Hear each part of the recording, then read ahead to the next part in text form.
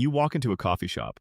All you wanted was a decent cup of coffee, something to wake you up, or something warm to hold while you pretend to listen to your friend.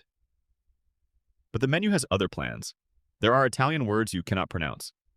There are drinks called red eye and black eye, which sound less like beverages and more like injuries. There's a flat white, which tells you absolutely nothing.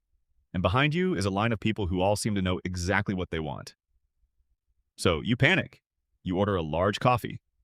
The barista gives you a look. And somewhere in Italy, a nonna feels a disturbance.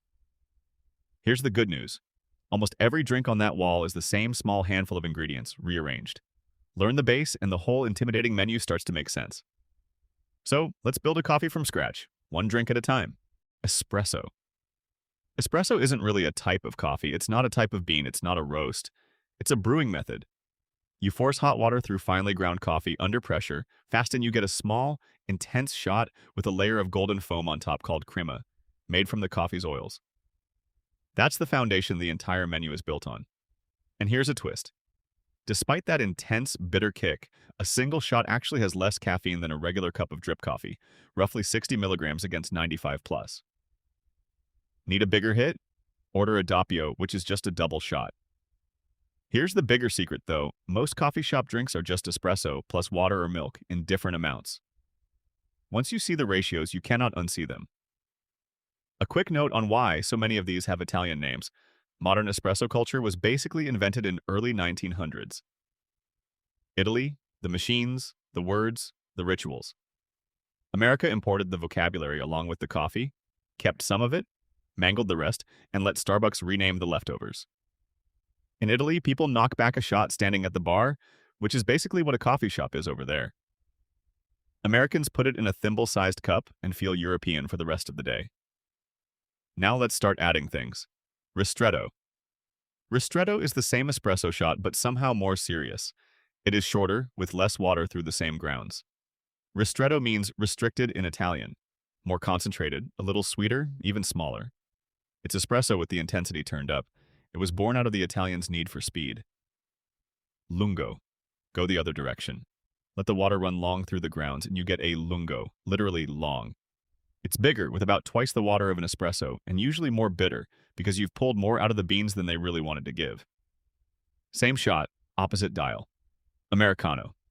The first big branch off espresso is the simplest. Just add hot water, or pour it over ice if you want it cold. That's an Americano, and the name is exactly as on the nose as it sounds. The story goes that American soldiers stationed in Italy during World War II found real espresso too strong, so they watered it down to taste like the drip coffee back home. The Italians named it after them. It was not entirely a compliment. It tastes lighter than straight espresso, but keeps that espresso backbone. Basically, espresso cosplaying as a regular cup of coffee. Latte. Now we add steamed milk, and this is where things start sounding fancy for no reason. A latte is espresso, filled the rest of the way with steamed milk, with a little foam on top. Mostly milk, mild, easy. It's one of the best-selling espresso drinks in America for a reason. Latte just means milk in Italian, by the way, so if you order one in Italy, you may literally get a glass of milk. So you better ask for a cafe latte. Remember this ratio because the next few drinks are all just this one with the dial moved. Cappuccino. Take that latte, use less milk, and pile on a thick cap of foam. That's a cappuccino, one of the most classic espresso drinks. It strictly follows the rule of third, 1/3 of espresso, 1/3 of steamed milk, and 1/3 of foam. More coffee forward, more texture. It's a latte with the ratio flipped toward foam. Same two ingredients, new proportions. Cappuccino translates literally to little hood.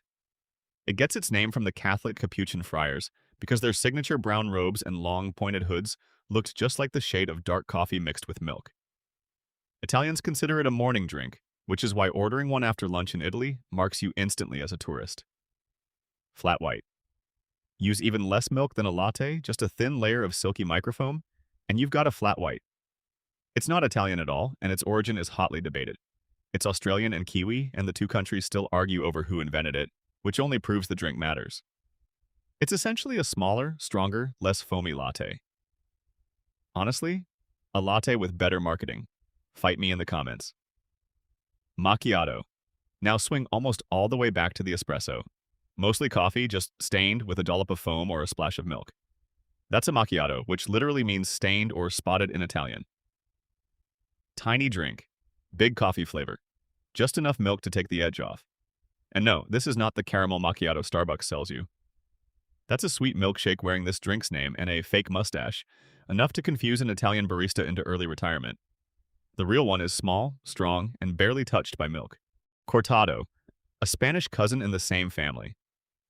A cortado is espresso cut with an equal amount of warm milk, which is exactly what cortado means, to cut. No foam drama, no thick cap, just a balanced, smooth, even split. Think of it as the cappuccino's calmer sibling who doesn't need foam to make a point.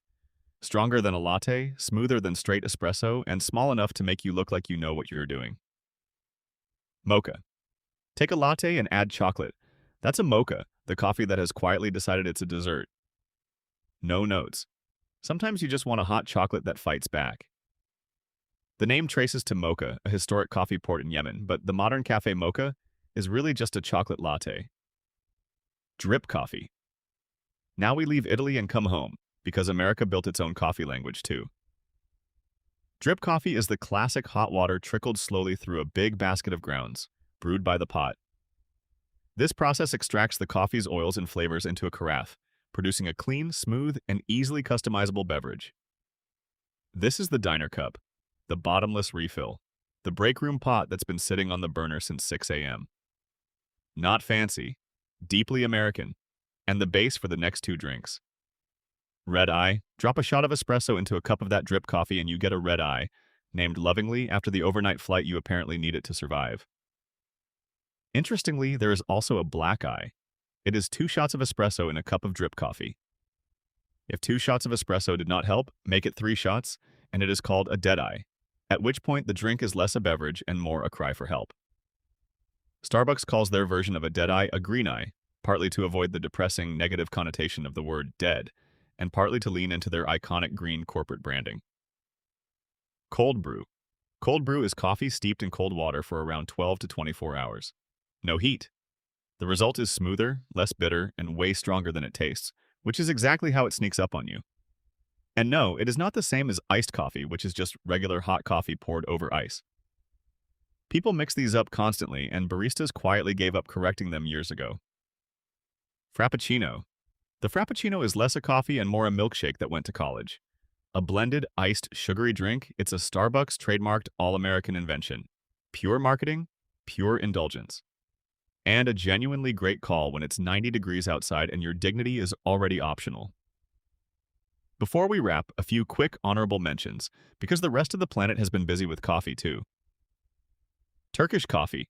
Ultrafine grounds boiled right in the pot, thick enough to chew, with a sludge at the bottom you do not drink. Greek frappe. Instant coffee shaken with water and ice into a tall, foamy cold drink. The unofficial soundtrack of a Greek summer. Vietnamese café soda. Strong, dark coffee dripped over sweetened condensed milk and poured over ice. Genuinely one of the best things humans have ever done to a bean. Affogato. Espresso poured over gelato. Technically a dessert, but nobody's complaining. It's my personal favorite.